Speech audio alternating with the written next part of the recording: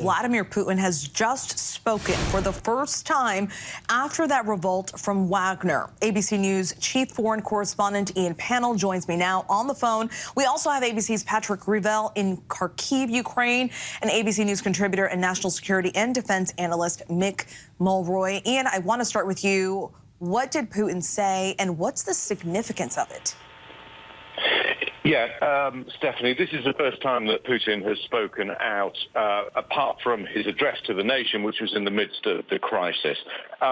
He seems to be trying to put a cap on the crisis. I think one of the key takeaways from this, despite the fact that we were all reporting, and apparently it was announced, that everyone will be given an amnesty, he said that the organizers of the rebellion will be brought to justice. Criminal activity aimed at weakening the country will be dealt with, and he referred to the whole episode as a colossal threat. I mean, he thanked the security services and others. He accused Kyiv, Ukraine, and the West of trying to undermine Russia, that they wanted to see Russians firing on each other and wanted to sow chaos inside the country. So I think this is Vladimir Putin trying to show that, look, he is in charge and that everything is okay, there's nothing to see here. But, of course, the reality is nobody's going to forget. I think one of the striking things about it, he said that all the country rallied around him, around the Russian government. And I don't know that that was the case. If you saw some of those astonishing scenes in Rostov-on-Don, where the locals came out to take selfies with the Wagner troops, to bring them food and water. They cheered and waved them goodbye like they were conquering heroes. But, of course, for many Russian people, they've been fed this diet of lies for so long. To understand quite what was going on the ground, I think would have been difficult in the heat of the moment, especially as not everything was being reported. But this is an important moment. President Lukashenko was thanked by President Putin for playing a role in trying to bring an end to this march on Moscow. And Lukashenko himself is also addressing the nation. But there was certainly no backing down. There were no concessions. We had suspected that maybe he was going to announce that the defense minister Shoigu, perhaps the head of the armed forces, Gerasimov, perhaps though there would be some change of personnel, which we know is something that Prigozhin had set out to achieve. So in some senses, the ball will be back in Prigozhin's court, but Putin seems to have essentially said they're trying to go after him.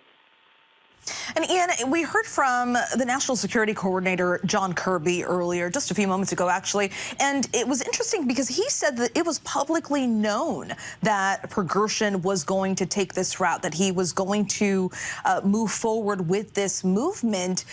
What does that tell you about the system right now in Russia, being that John Kirby is saying that the U.S. was fully aware that this was going to happen over the weekend, but they're basically staying out of it and continuing to support Ukraine? But what does that tell you about what's going on in Russia?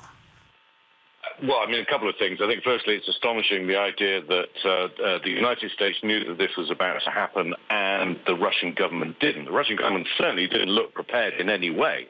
Prigozhin and his fighters, and he said with their 25,000 of us, there was nothing like that number, marched into Rostov-on-Don, a key military hub for the Southern Military Command, took over military headquarters and military airfield with consummate ease. There was relatively little response, relatively little resistance. So it's kind of hard to imagine that the Russian authorities knew this. However, this didn't just come out of the blue.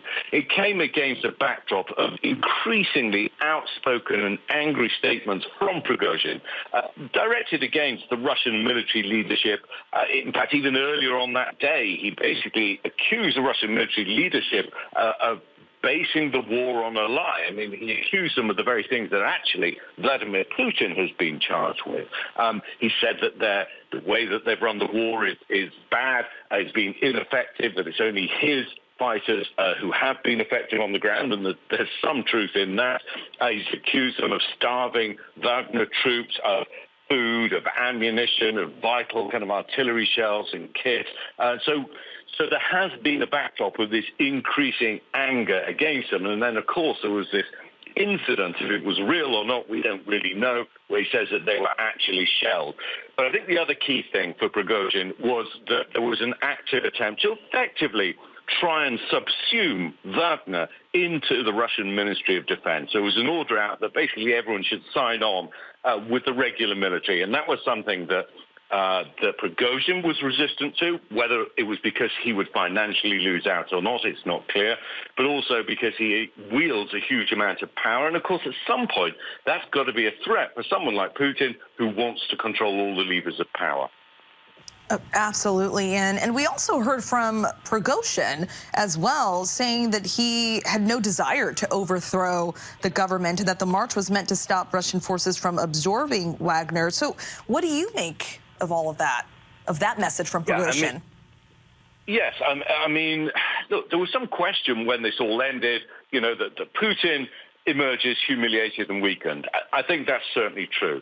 But there are also many people who felt that Prigozhin had somehow played a great hand, that you know, he's going to get what he wants. And I'm just not sure that's what we're seeing right now. I mean, if Prigozhin says that this was all about trying to protect the Wagner fighters and the Wagner Group from being subsumed into Russian Ministry of Defense, well, you could just throw that in the trash can, because President Putin made it clear that those fighters will now either have to join the regular military, sign on with the Ministry of Defense, or go home. So it seems to me, if I understand exactly what happened, of course, we're all listening through a translation, we're all trying to make sense of that Wagner will cease to exist in its current form, at least on the front lines. There'd been a suggestion from Foreign Minister Lavrov earlier that perhaps they would only be active in Africa, in Mali, and in the Central African Republic. But I don't quite see what Prigozhin has got out of this, other than demonstrating quite clearly to many people that Putin is no longer the powerhouse that we all thought he was. And we've heard from White House officials, we've heard from President Biden saying that the support for Ukraine will stay. It is unwavering, they've said. How does this movement from over the weekend change the fight in Ukraine, if at all? Yeah, I mean, it's a great question, and it's one that frankly, every Ukrainian is asking. I mean, they were all quietly cheering from the sidelines. Again, you know, watching Russians fight Russians when they've been attacked, their cities have been devastated, their children have been kidnapped, their civilians have been killed by Russia, then, of course, they thought that this would benefit them. And had it gone on longer, then Putin would have faced a choice.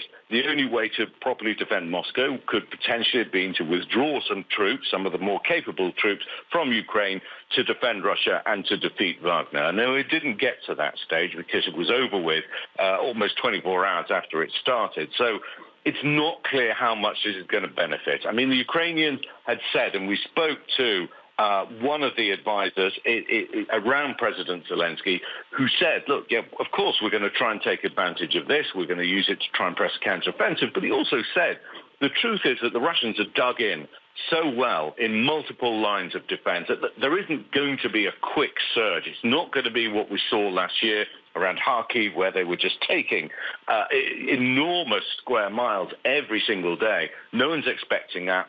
The area is heavily mined. There are huge Russian defenses. But having said that, they do seem to have at least pressed their foot on the accelerator a little bit.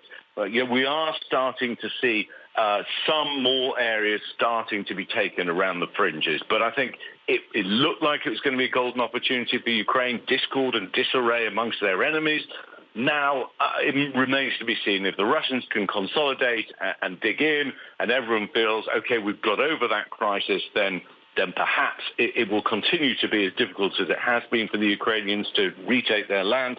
However, it's hard to imagine that things can quite go back to as they were before. And of course, they're now going to be missing those key Wagner fighters who've been so instrumental in some of the fighting in the east around Donbass. We'll see how that fight changes. We also understand that President Biden is set to speak with President Zelensky at some point. We heard that from the National Security Council Coordinator John Kirby. So we'll see if we can get a readout of that conversation. Thank you so much, Ian. We want to turn now to Patrick Revel in Kharkiv. Patrick, you've learned that the Belarusian president has canceled a planned address. What more can you tell us? Yes, definitely, that's right. The Belarusian President Alexander Lukashenko was supposed to give a simultaneous speech at the same time as Vladimir Putin. They were both announced only about an hour ago, and we've just learned that that speech has now been cancelled. He is supposed to take questions tomorrow, apparently. I mean, Alexander Lukashenko was a wild card in